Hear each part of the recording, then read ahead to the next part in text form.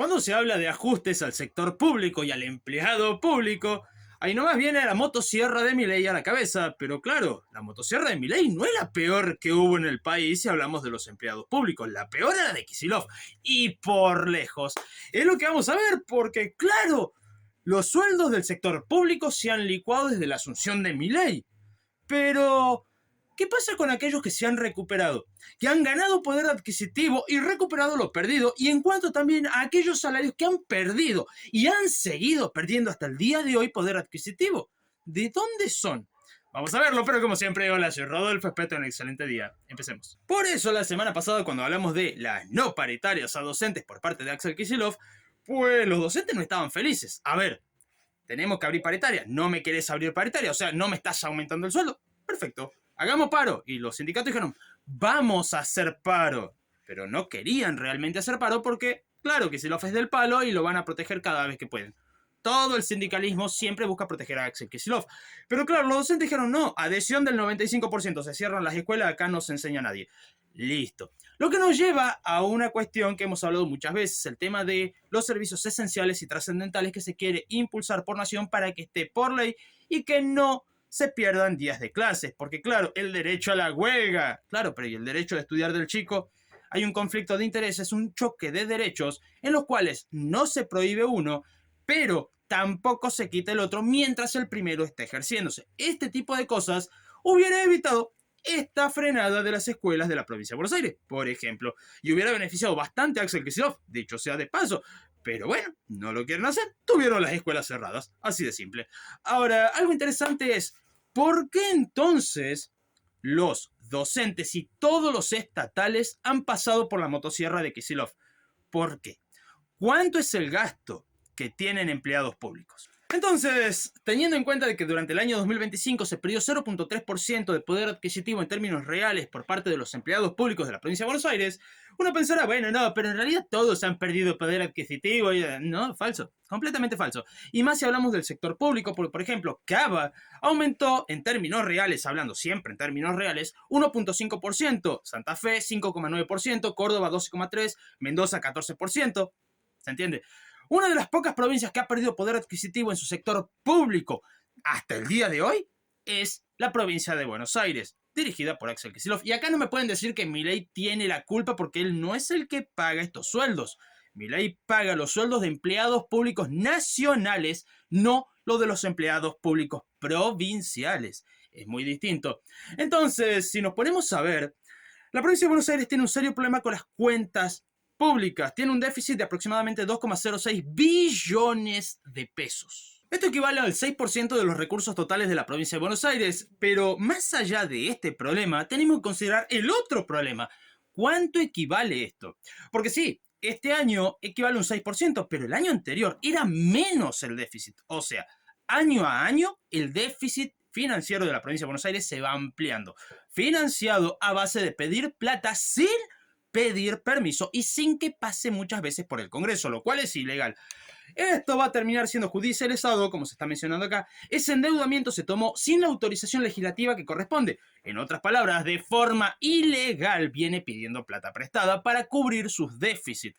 Ahora, como lo hemos hablado muchas veces, para financiarse, un país tiene emisión, deuda o impuestos. Una provincia no tiene emisión, por lo tanto le queda deuda o impuestos, pero sí podríamos agregar una más a todo esto, y es reducir gasto.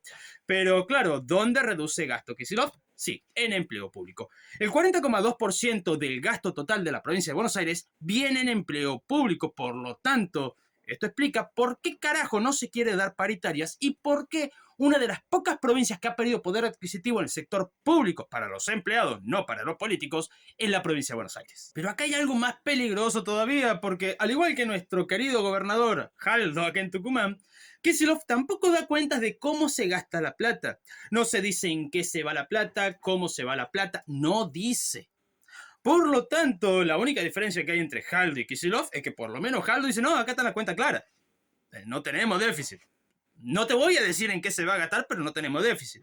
En cambio, Kicillof te dice, tenemos déficit y tampoco te voy a decir en qué carajo voy a gastar la plata. Cositas interesantes si las habrá. Bueno, esto también es un problema para los municipios de la provincia de Buenos Aires, porque claro, si no hay recursos, no le mandan los recursos al mismo tiempo. Esto es culpar a la coparticipación, porque claro, la coparticipación, lo cual es falso porque se han reducido a niveles mínimos establecidos por la ley y se han reducido, esto sí, muy fuerte, cerca de un 89%, las transferencias discrecionales, que es plata que viene por fuera de la coparticipación.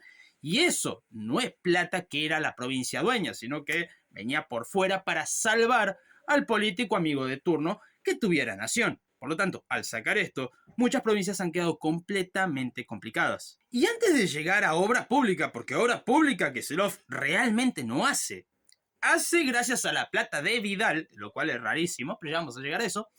Me acordé justito, la verdad que no lo había buscado, pero me acordé justo cuando hablamos del tema de la policía hacia los municipios, porque Kicillof quería delegar la policía provincial a los municipios, o sea, que los municipios garpen a la policía, pero él quedarse con la autoridad de los castigos para mantener la autoridad total de la policía.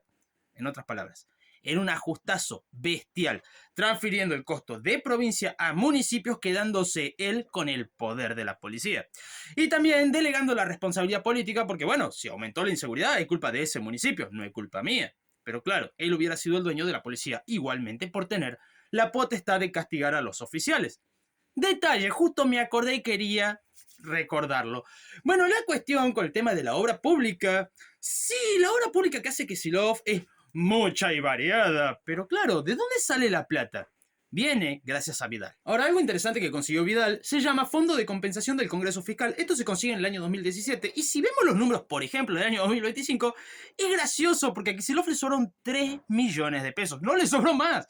O sea, toda la plata que se consigue gracias a lo que hizo Vidal es lo único que se utiliza para obra pública. No se usa más recursos que eso. En otras palabras, Kicillof dice yo hago la obra pública, yo hago las cosas. Y resulta que la plata utilizada para esa obra pública viene gracias a Vidal.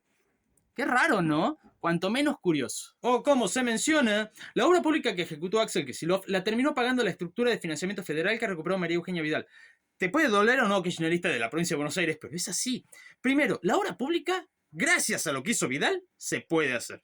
Y no es gran cosa tampoco, porque no es la plata necesaria para obra pública.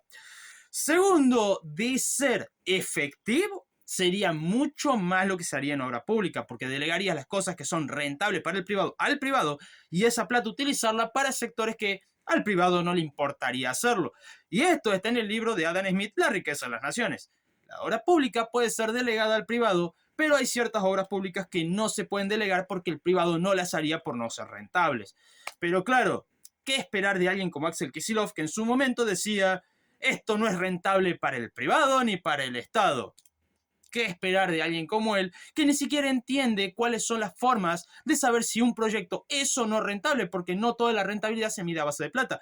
¿Qué esperar de este tipo de economistas, verdad?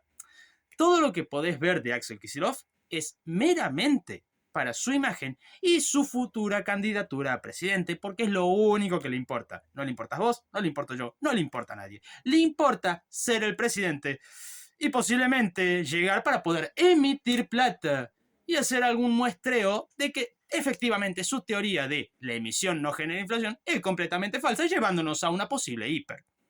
Lamentablemente, eso es Kicillof. Si te gustó, no olvides suscribirte, dejar tu comentario y si querés ayudar más al canal, puedes ver la descripción para ver cómo hacerlo. Muchísimas gracias a los miembros y hasta la próxima.